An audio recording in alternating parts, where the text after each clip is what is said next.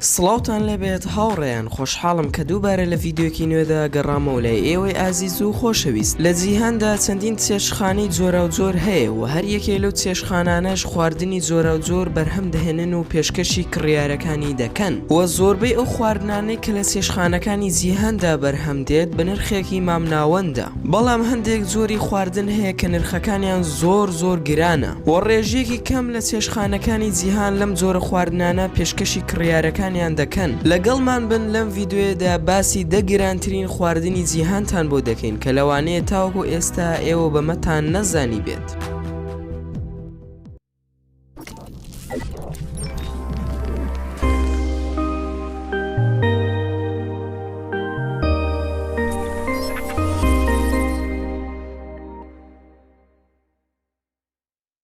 یەکەم، کاڤیار.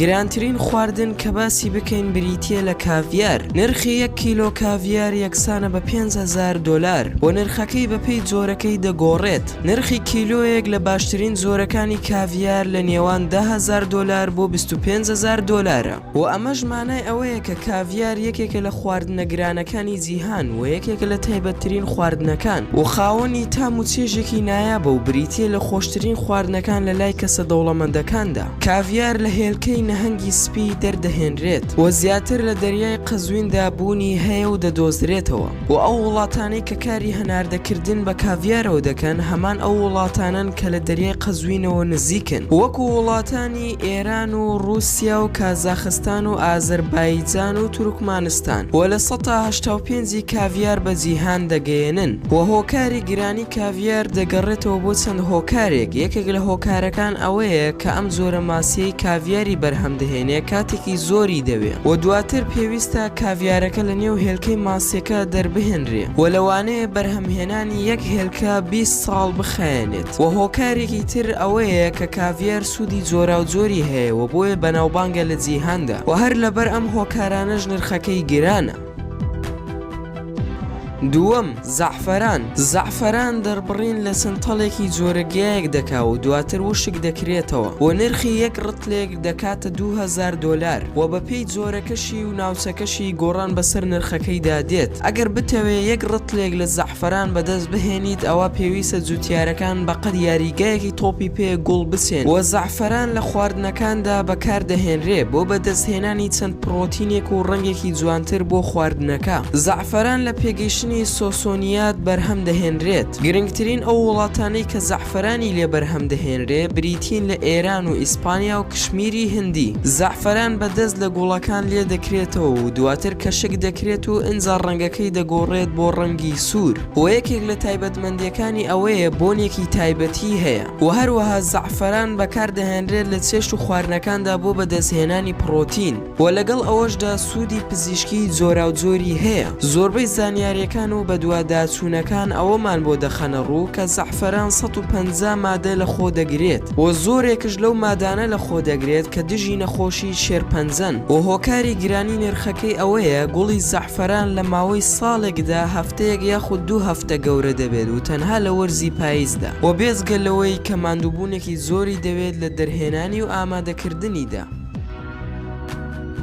سێەم، دوومەڵانی سپی. دوومەڵانی سپی لە وڵاتانی خەلیج و میسر بە فوقع البەیض جیادەکرێتەوە و هەروەها بە یەکێک لە تایبەتترین خواردنەکان و گرانترین خواردنەکان جیادەکرێتەوە و بۆنی ئەم خواردنە لە بۆنی گوێز دەچێت. لە وشکانیدا دەردەکەوێت لە دوای وەستانی بارانبارین و 15 سانتیم دەکەوێتە ژێر زەویەوە. ئەم جۆرە خواردنە لە ڕەگی هەندێک داری دیاریکرا و دەردەهێنرێت لە باکووری ئیتاڵیا و باشترین کات بۆ بەدەستهێنانی ئەم خواردنە کاتی بەیانیانە و لە شوێنێکی ساردا هەڵدەگیرێت و بە پاکی دەهێلرێتەوە تا ئامادە بێت بۆ خواردن. ئەم خواردنە ناوبانگێکی جیهانی هەیە. هۆکاری گرانی نرخەکەی دەگەڕێتەوە بۆ ئەوەی کە لە چەند وڵاتێکی کەم ئەم جۆرە خواردنە دەست دەکەوێت. زۆربەی زانیاریەکان ئەوەمان بۆ دەخەنە ڕوو کە ئەم جۆرە خواردنە زۆر سوودی تەندروستی تایبەتی هەیە و ئەم جۆرە خواردنە لە بازاڕەکاندا بە نرخی خەیاڵی دەفرۆشرێت و لە ساڵی 2005 بڕی کیلۆ کیلۆیەک و 6 گرام بە 110,000 دلار فرۆشرا و لە ساڵەکانی تریشدا وردە نرخەکەی بەرزتر بۆیەوە. لە ساڵی 2010 یەک ڕتڵ و نیوێک لە دوومەڵانی سپی واتە 0.73 کیلۆگرام نرخی گەیشتە 150,000 دلار.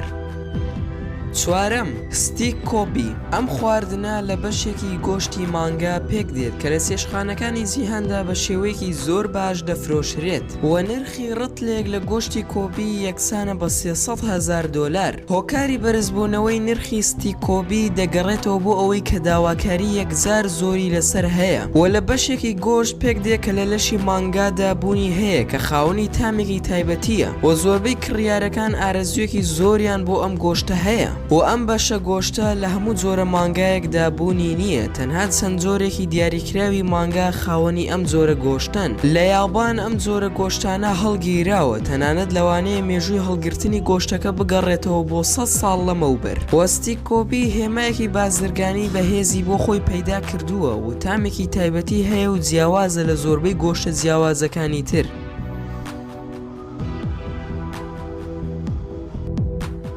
پێنجەم، شووتی ڕەشی بنسویکی.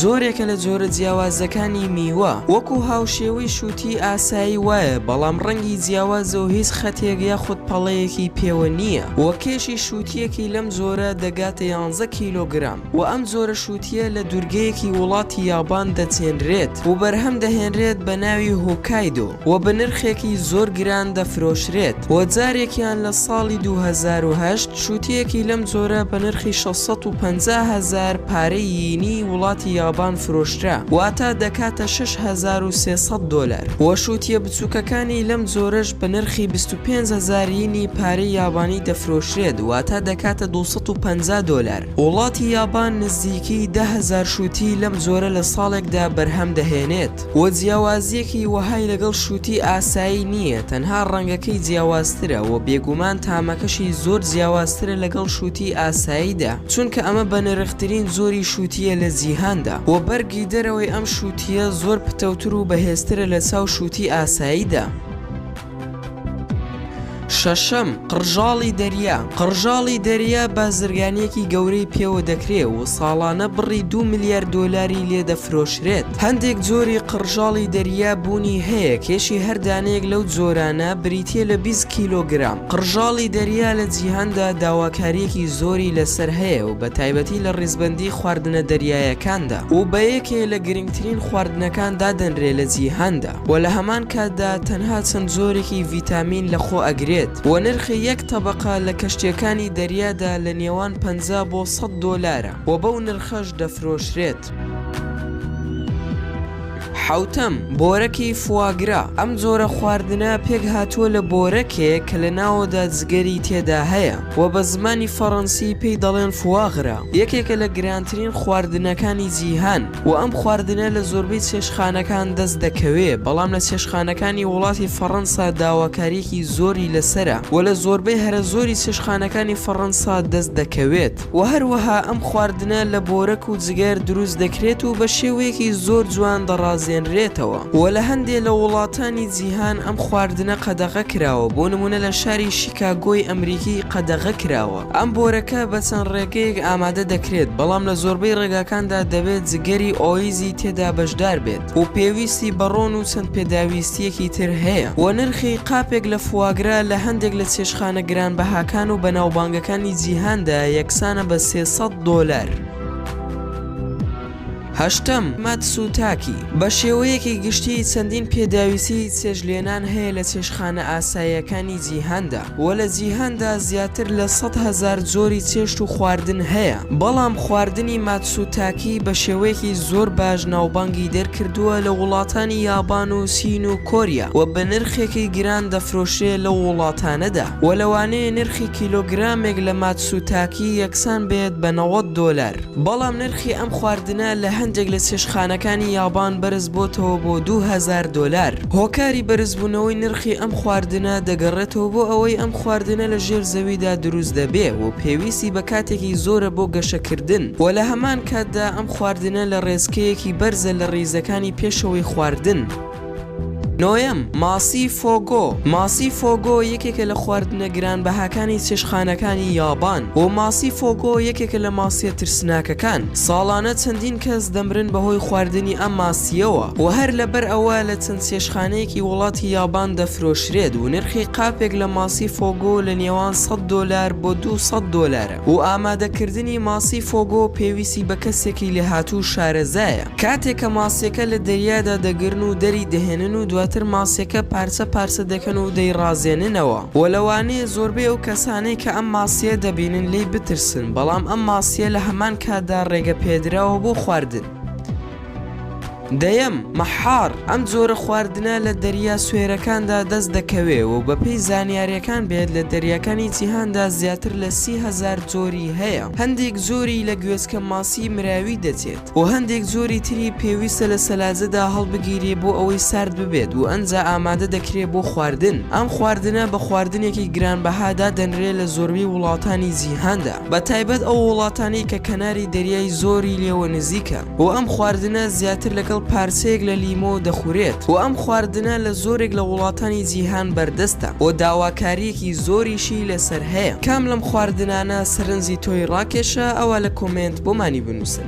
زۆر سوپاست دەکەم بۆ تەماشاکردنی ڤیدۆکەم. ئەگەر ڤیدۆکە من بەدڵ بوو ئەوە لایکی ئەم ڤیدۆیەمان بۆ بکە و هەروەها شەیری بکە لەگەڵ هاوڕێکانتدا و ئەگەر دەتەوێت هەمیشە بابەتی ناوازە لە کەناڵەکەم ببینیت ئەوە هەر ئێستا سەبسکرایبی کەناڵەکەم بکە و هەروەها زەنگۆڵی تەنیش سەبسکرایبەکە شێوەی ئۆن بکە و ئەگەر هەر ڕاو پێشنیارێکتان بۆ کەناڵەکەمان هەیە ئەوە لە کۆمنت بۆمانی بنووسن و ئینشاءالله بە زووترین کات وەڵامتان دەدەینەوە و دووبارە سوپاستان دەکەم بۆ تەماشاکردنی ڤیدۆکەم. تا ڤیدۆیەکی تر و تا کاتێکی تر هەر شاد و بەختەور بن و خواتان لەگەڵ بێت و ئامانەتی خوا بن.